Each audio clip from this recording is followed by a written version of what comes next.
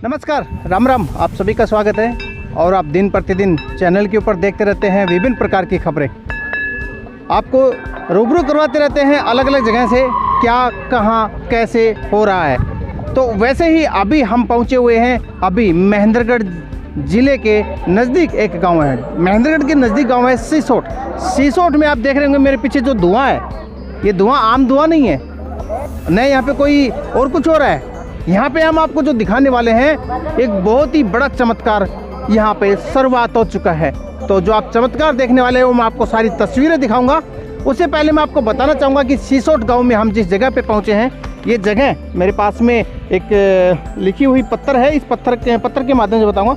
महायोगी गुरु गोरखनाथ जी और सिद्ध योगी श्री श्री 1008 सतगुरु बाबा गिरधारीनाथ जी की कृपा से शक्तिनाथ महाराज जी द्वारा 108 धूणे की तपस्या 108 धूणे की तपस्या यहाँ पर की जा रही है। आज दूसरा दिन है उसका और लगातार 21 दिन ये तपस्या की जाएगी। और ये कि किसी एक आम व्यक्ति के द्वारा नहीं होने वाली ये तपस्या, एक साध्वी है जिन्होंने अपने जीवन एक महात्मा के रूप में उतार दिया है। नाथ संप्रदाय से है और वो एक नाथ संप्रदाय से होते हुए उन्होंने अपना जिंदगी यहाँ पे उतार दिया है और ये एक अच्छे से बहुत ही बढ़िया तरीके से तपस्या कर रहे हैं। मैं आपको बताना चाहूँगा सिद्ध पीठ माँ भूरा भवानी सीसोट धाम है।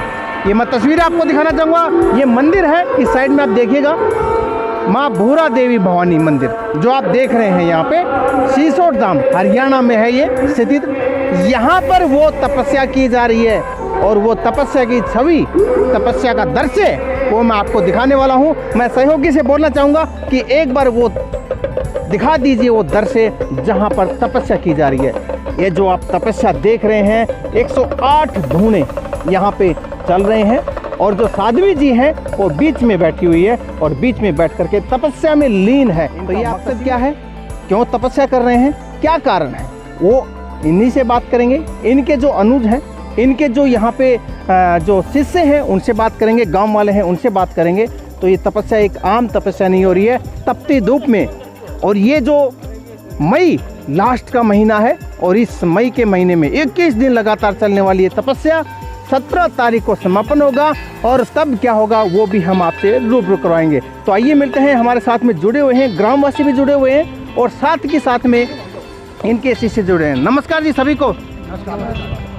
बाबा, ये जो तपस्या हो रही है साध्वी जी कर रही हैं, तो क्या कारण है करने का, पहले तो ये बता। ये जगत का भविष्य के लिए, अच्छे बनाने के लिए, जगत के भविष्य के लिए, संसार के अंदर सुख शांति रहे जी और यहाँ का वातावरण जो है शुद्ध रहे जी, सबको अच्छे चाल चलन चरित्र के विषय में ज्ञान हो जी और आगे हमारे समाज का भी कल्याण हो जी। और यहाँ के सोसाइटी निवासी जो हैं इनका बहुत बहुत धन्यवाद है जो सहयोग दे रहे हैं जी और साथ मिलकर चल रहे हैं जी। मैं इतने में कहना चाहता हूँ जी। तो ये आपने सुना कि है जगत की सुख शांति के लिए तपस्या की जा रही है। आजकल आप देख रहे हैं कि किस तरह से शांति फैल रही है इस दुनिया के अंदर, किस तरह से आतंकवाद, भ्रष्टाचार, पता नहीं विभिन्न प्रकार की समस्याएं जगत के सामने हैं। लेकिन एक साध्वी ने अपने आप शरीर को यहाँ तपन के माध्यम से भगवान से, उस प्रकृति रूपी भगवान से ये सुख शांति के लिए यहाँ पर एक साधना कर रही हैं, प्रार्थना कर रही हैं। और ये 21 दिन की साधना रहेगी इनकी। आप क्या कहना चाहेंगे सर? देखिए महाराज जी 1 साल से हमारे माँ सिद्ध पीठ पूरा भवानी मंदिर में रह रही है जी और गांव की भलाई के लिए, सुख समृद्धि के लिए और धर्म के प्रचार के लिए जी इन्होंने 21 दिन के ये 108 धूणों की तपस्या कर रही है। इन्होंने सर्दियों में भी 108 मटकों से जल धारा स्नान किया था। अच्छा। वो भी गांव की सुख समृद्धि के लिए, धर्म के प्रचार के लिए और लोगों की भलाई के लिए किया था और वो 41 दिन किया था। और अभी ये 21 दिन जो 108 धूणों की इस गर्मी में तपस्या कर रही हैं, ये सुबह 11 बजे से शुरू होता है और 1-1:15 बजे तक ये चलता है। जी जी।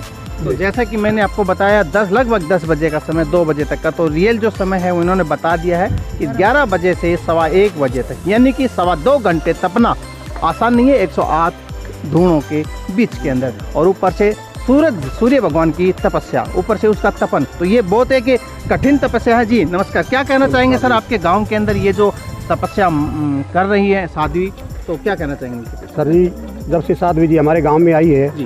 गांव में बहुत ही मंदिर में धार्मिक सिस्टम बन रहा है। महिलाएं सुबह शाम सत्संग करती है महाराज जी के साथ जी। और महाराज जी ने सर्दी के टाइम में भी, इतनी सर्दी होते हुए इन्होंने 108 मटकों की जलधारा स्नान किया और अब महाराज जी 108 धोनों की तपस्या कर रही है गांव की सुख शांति और समृद्धि के लिए। जी।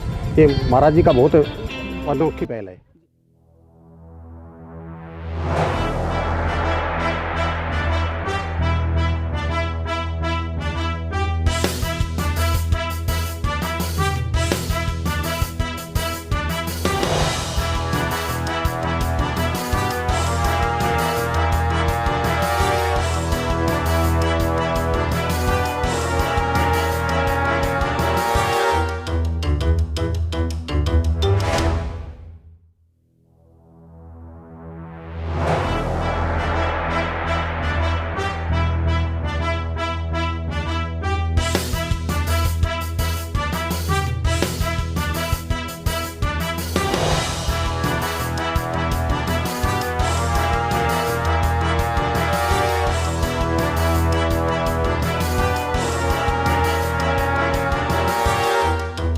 प्रणाम, नमस्कार महाराज। जय श्रीनाथ जी।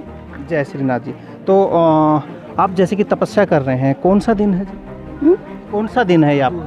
ये मेरा दूसरा दिन है। कितने दिन की तपस्या रहेगी? 21 दिन की तपस्या है। इसका मेन पीछे इसका क्या वजूद है, क्या कारण है? इसका वजूद ये है कि जो दिन भर दिन ना ये कलयुग है और पाप बढ़ता ही जा रहा है। पाप के साथ साथ दुनिया के दुख भी बढ़ रहे हैं। और मैंने यहाँ आके महसूस किया है कि हमारे यहाँ पर सिसोठ गांव के आसपास में जितने भी गांव हैं, तकरीबन यहाँ पर छोटी सी बात को लेकर हर घर पे कोई ना कोई आत्महत्या करता है। और वो मेरे अंदर जाके बात घर की है कि एक तो इस विषय को लेकर कि साधु आता है दुनिया का उद्धार करने के लिए, जन जन का कल्याण करने के लिए। मैंने ऐसा माहौल, मैं बचपन से साधु हूँ, ये नहीं कि 1-2 साल से नहीं, बचपन से मैं साधु हूँ। लेकिन जो माहौल मैंने यहाँ आकर देखा है, यहाँ के लोगों को गुरु के बारे में, सत्संग के बारे में, चलो ये बात अलग से है, लेकिन जो छोटी छोटी बात को लेकर यहाँ आत्महत्या कर लेते हैं, वो बात मेरे अंदर आके लगी है, मेरे को चुभी है। और मैं चाहती हूँ कि बेग भगवान की कृपा से, श्री गुरु महाराज जी की कृपा से, सतगुरु बाबा गिरधारी नाथ जी की कृपा से इस चीज़ की शांति होनी चाहिए। और साधु तो चाहता है कि विश्व का कल्याण हो, जन जन का कल्याण हो। तभी तो कहते हैं कि लगी आग आकाश में, जर्जर गिरे अंगार, संत न होते जगत में, जल मरता संसार। साधु आता है दुनिया का उद्धार करने के लिए, जन जन का कल्याण करने के लिए। जो साधु है ये एक रूही की भांति होता है। जिस तरह से आप तपस्या कर रहे हैं, वो बोलते हैं कि भगवान को पाने के 2 तरीके होते हैं। कठिन तपस्या जिस तरह से आप कर रहे हैं, एक शक्ति एक नई ऊर्जा उत्पन्न होती है जिससे उनके परमात्मा के उस ईश्वर को पाने के लिए तो नम्रता पर भक्ति की एक प्रेम ही बहुत है। अंदर छल ना हो, कपट ना हो, निस्वार्थ। जैसे कि सुंदरकांड में एक लाइन आती है, निर्मल मन जन सो मोहे भावा, मोहे कपट छल छिद्र न भावा। कि मुझे वैसे प्रेमी प्यारे लगते हैं कि जिनके अंदर एक छिद्र भर कपट ना हो। मुझे ऐसे प्रेमी, ज़रूरी नहीं कि समाधियाँ लगानियाँ, धुनियाँ तपानियाँ, ये साधु की अपनी मर्जी है। लेकिन ज़रूरी नहीं कि इतना हठ जोग करना ही करके ही ईश्वर मिलता है। वो कहता तू सच्चे मन से प्रेम कर। कहते हैं जिन प्रेम कियो तिन ही प्रभ पायो। प्रेम भक्ति के लिए, उस मालिक को पाने के लिए बहुत रास्ते हैं, ये नहीं कि हठ योग। लेकिन मेरे मन में उठी, ये नहीं कि मैंने इस बार ही तप किया है। मैं बचपन से ही श्री गुरु महाराज जी की कृपा से, बचपन से कुछ ना कुछ 40 दिन का कुछ ना कुछ हम मतलब के उपासना करते ही रहते हैं, साधना करते ही रहते हैं।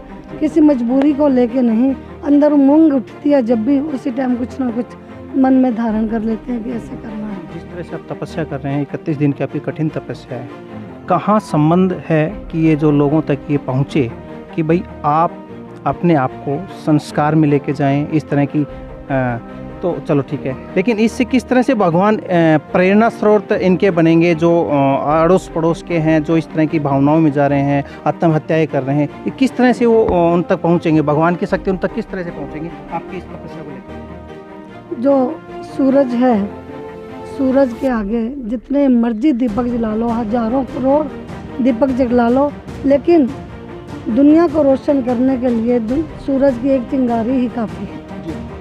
ऐसे ही साधु जहाँ बैठता है, इस जगह पे, इस स्थान पे मैंने महसूस किया है कि अच्छे साधु की, मुझे नहीं पता हम अच्छे हैं कि बुरे हैं, ये तो यहाँ के लोग ही बताएंगे, लेकिन मुझे ये महसूस हुआ कि यहाँ पर एक अच्छे साधु की ज़रूरत है। और मेरा दृढ़ विश्वास है श्री गुरु महाराज जी मेरी जिस लक्ष्य को लेकर मैंने ये कर्म शुरू किया है, और भेक भगवान सतगुरु बाबा गिरधारी नाथ जी, महाजोगी सिद्ध योगी गुरु गोरक्षनाथ जी हमारी ये अरदास जरूर सुनेंगे और जन जन का कल्याण करेंगे।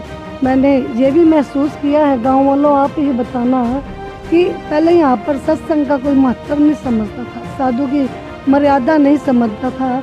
मुझे अंदर अंदर से, मैं ऊपर से इन लोगों को गुस्सा बहुत करती हूँ, लेकिन अंदर से नहीं। अंदर से होता है कि मेरे झाड़ने से, मेरे झपटने से इनका थोड़ा सुधार हो जाए, इस सत्संग के साथ जुड़े। इनको पता ही नहीं, यहाँ के लोगों को ये पता खाना पीना और सोना है। बात बात पे मुंह के ऊपर इनके गाली चढ़ी होती है, बात बात पे। जो हम ऐसे माहौल से निकल के नहीं आए, लेकिन मेरा मन करता है कि जिस माहौल से हम आए हैं, यहाँ की सारे दूर नज़दीक के जो गांव हैं सब उस माहौल में रंग जाएं। लाली मेरे लाल की जित देखूं तित लाल, लाली देखन मैं गई मैं भी हो गई लाल। हर बच्चे के, हर भगत के, हर माई के, हर भाई की जुबान के ऊपर ऐसा ही नाम हो, ऐसे ही उनके जुबान के ऊपर रस हो कि हर एक के मुंह पे यही, जीबा के ऊपर, हर एक की रसना के ऊपर यही गुणगान हो कि लाली देखन मैं चली जित देखो तित लाल, लाली मेरे लाल की जित देखो तित लाल, लाली देखन मैं गई तो मैं भी हो गई लाल। मैं 8, मेरे को मतलब कि साल होने वाला है, 8 महीने मैं इनके तरीके से यहाँ पर रही हूँ, लेकिन 8 महीने के बाद मैंने अपना रुख बदला है। कईयों को मैं अच्छी लगी, कईयों को मैं बुरी लगी। मैंने रुख बदला कि अगर मैं इसी माहौल में रही तो मैं इनके जैसी हो जाऊँगी, लेकिन अब मेरा रुख बदल रहा है। कोई चाहेगा तो हमें यहाँ रखेगा, नहीं तो मेरा पूरा विचार है कि तपस्या के बाद हम यहाँ से प्रस्थान करेंगे, क्योंकि साधु का स्वभाव है कि झाड़ना, कहते हैं स्त्री को और जो खुर्चे को है उसको, भगत को ऐसे हम हर टाइम झाड़ के रखना चाहिए। जितनी देर ये मार पड़ती रहेगी आप लोग चमकते रहोगे। और मेरा मन है कि आपके, मेरे श्री गुरु महाराज की कृपा से, जैसे उनकी कृपा से हम सजे हैं, और आपके ऊपर भी वो कृपा बने, आप भी दूर दूर तक अब सिसोट वासियों का नाम है। दरबार की जय।